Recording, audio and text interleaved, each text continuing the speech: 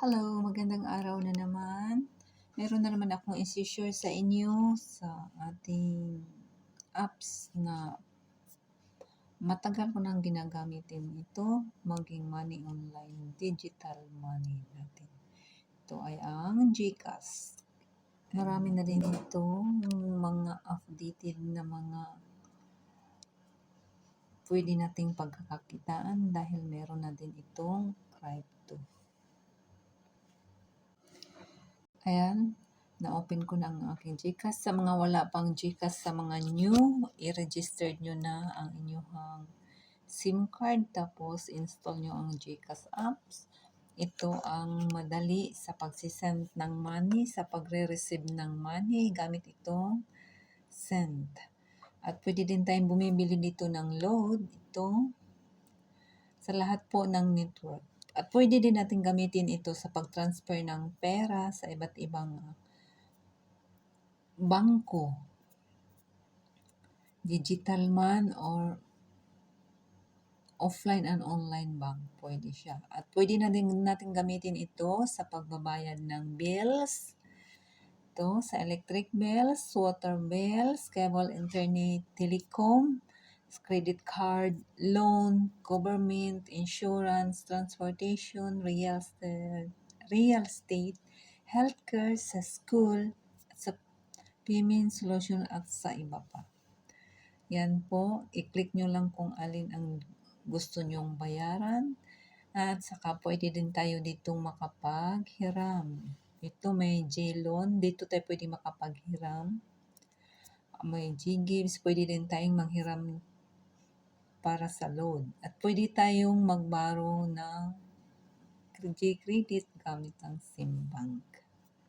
Ngayon dito tayo sa savings. Ito sa GSIMS. Ngayon may 4 na bangkong available dito sa ating GSIB. Pwede niya kayo mag-invest dito direct.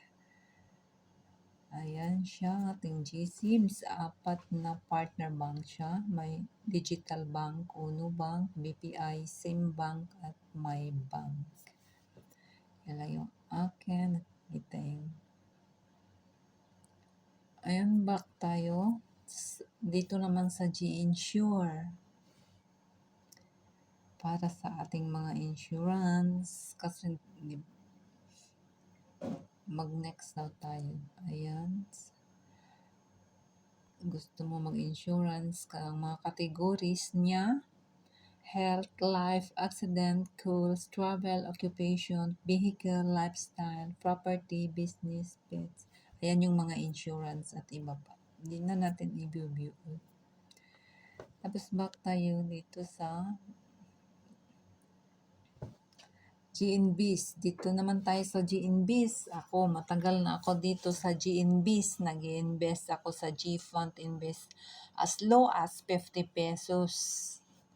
Since 2019, nag-i-invest na ako 50 pesos. Kawi-withdraw ko lang nakaraang buwan. Tapos bumili na naman ako. Dito may G-Stock, PH sila.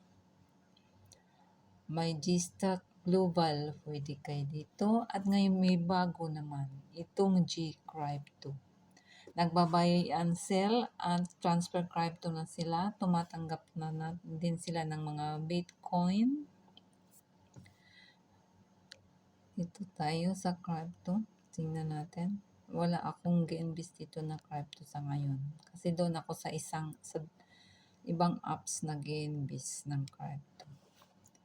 So ngayon, ito lang yung mga available crypto nila. Pwede kayong bili ng crypto dito. I-hold lang. Ang hina ng connection. Ayan, pwede tayong mag-ano ng crypto dito. Ito yung crypto nila ngayon. Bitcoin, USDC, it's BER or Hedera, Ethereum, USDT, PHP. Ayan lang yung ano nila pa. Tingnan natin. Yung iba pa nilang crypto. Kasi ako mahilig sa crypto, dito ko lang Sa iba kasi ako, zero balance, hindi pa ako nagta-top up. Saka na ako magta-top up pag ano na. May withdraw ko sa kabila para mapag-isa na lang, di ba? Pero sabi nila, don't put your egg in one basket. Kaya pinaghati-hati ko na kung saan yung pinaka-the best talaga. Pero all naman ng mga apps na ito ay the best. Back tayo. At dito, back tayo dito sa GFund. Start investing as low as 50 pesos. Mag-i-invest tayo dito sa GInvest. Dahil gabi dito ngayon, i-check lang natin, ipapasyal ko lang sa kayo. Bakit? Okay. Bakit magsasubmit ako ng ticket? Anong nangyari? Wala pa pala akong GInvest dito. Doon pala sa kabila kong GCash. Kaya, wala ako dito sa isa kong, dalawa kasi GCash account ko. GCash apps. Kasi wala akong GInvest dito doon sa kabila. Pwede din kayo dito sa GLife. Tapos, Alify Rewards. Ang G4is, sali na din kayo sa G4is. Habang ginagamit natin ang apps na ito, o bibili tayo ng load, nagtatransfer ng pera at tumatanggap ng pera, kumikita, may mga points tayo makukuha at ayun ay mapupunta sa G4is. At ang G4is, pag naipon na yun siya at makabuo na ng isa, makabili ng isa ng punong kahoy, sila na din ang tatanim ang company na isang company. Napakaganda po ang apps na ito. Marami tayong matutulungan. Kung gusto nyo ng G-Cards, ayan, may card cash na po siya. Ito po yung mga ano nila. Pwede na tayong gumamit ng QR code. Pwede na din tayong magdala ng GCash padala. Claim sa outlet. Pwede na tayong magbabayad dito sa online grocery. Actually, ginagamit ko na siya sa pag nag-order ako sa Shopee, Lazada. Ito na ginagamit ko.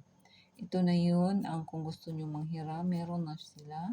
Ito yung sa gusto nating iunlad ang ating pera sa loob. Dito mismo sa apps na to, gagamitin natin itong GSave, GInsure, na-click ko, GInsure, GFund, Crypto, GStock, GSpeeds, at iba pang.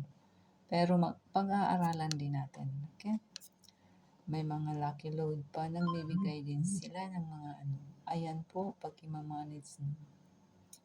Cash in, cash out request.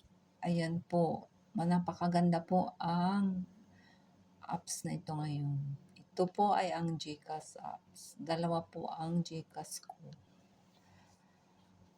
Itong GCash na to last year ko lang ginagawa. Yung isa kong GCash, since 2017 pa po yung account ko ngayon. Kaya yun. Pero bago po lahat, verify nyo po lahat-lahat para maging available kayo dito sa lahat. Okay? Yun lang. Maraming salamat sa susunod. Pag-aaralan natin ang iba pang crypto kung saan gagamit na tayo ng AI o ang robot na ang magti-trade. Dito sa GCash wala pa. Pero sa iba kong account na apps, meron na.